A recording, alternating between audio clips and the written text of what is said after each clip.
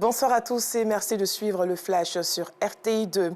Nous sommes le mardi et le mardi est consacré au carton rouge. C'est un marché qui ne passe pas inaperçu lorsque vous sortez ou entrez à Abidjan, la capitale économique. Le marché du corridor du GESCO, puisque c'est de lui qu'il s'agit, s'ajoute à la longue liste des marchés insalubres existants dans le district autonome d'Abidjan. C'est un reportage à ne surtout pas manquer dans le 19h30. L'inquiétude est grande chez les cotonculteurs en cette campagne 2022. La production cotonnière est menacée à cause de la présence des insectes ravageurs dans les champs. Ces parasites empêchent les cotonniers de faire la photosynthèse indispensable à la croissance des plantes.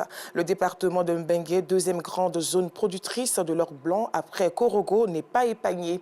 Si la production annuelle de la campagne précédente dans cette localité du Nord avoisinait les 17 000 tonnes, les cotonculteurs craignent de ne pouvoir rééditer cet exploit pour la campagne 2022. C'est un reportage de Nour Sangaré à suivre également dans le 19h30.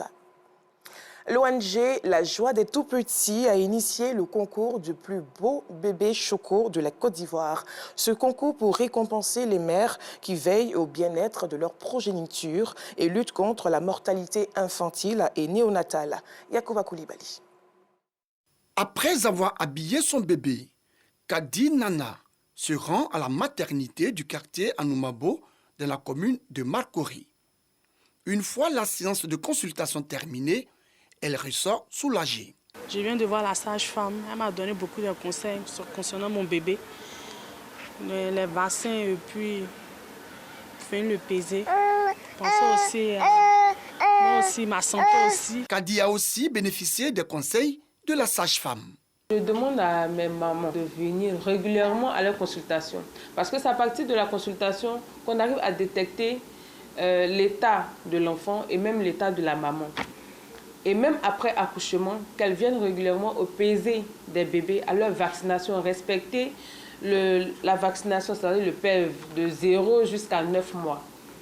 Quand le bébé est bien vacciné, il est bien portant, il est bien nourri au sein, nous, agents de santé, nous sommes satisfaits. Pour encourager et amener les parents à entretenir et veiller au bien-être de leurs enfants dès la naissance, l'ONG La Joie des Tout-Petits a initié le concours du bébé le plus choco de la Côte d'Ivoire pour récompenser les mamans qui veillent et prennent soin de leur bébé. Cette 5e édition, nous avons mis une touche particulière cette année. C'est-à-dire nous avons, comme le thème le dit, pour ma santé, pour le bien-être de ma famille, j'assaini mon environnement. Nous demandons aux mamans de fréquenter les centres de santé. Nous demandons aux parents de déclarer les enfants. Nous demandons aux parents de cesser le travail des enfants. Nous demandons aux parents, avec cette nouvelle entrée, d'inscrire les enfants, de scolariser les enfants. Et c'est l'avenir de demain. Une cause soutenue par Joseph Mankambou, représentant le maire de la commune de Marcory.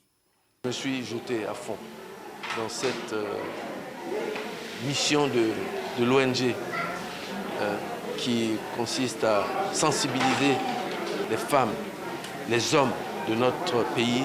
À l'issue de la présélection des bébés de Marcory, celui de Kadi Nana a été retenu pour la compétition suivante.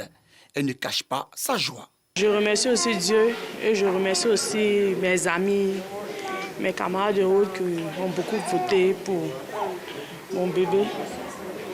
Au nom de toutes les candidates aussi, que Dieu aussi les donne aussi la force encore de continuer. Le concours bébé choco, c'est un concours qui s'attarde plus sur la santé prénatale et même postnatale des enfants, donc la vaccination et tout ça.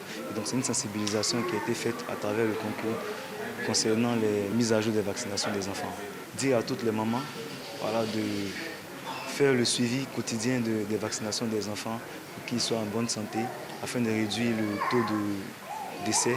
Lancé le 26 juillet dernier, le dépôt des candidatures de la 5e édition du concours du bébé le plus choco de Côte d'Ivoire se poursuit jusqu'au 28 octobre prochain.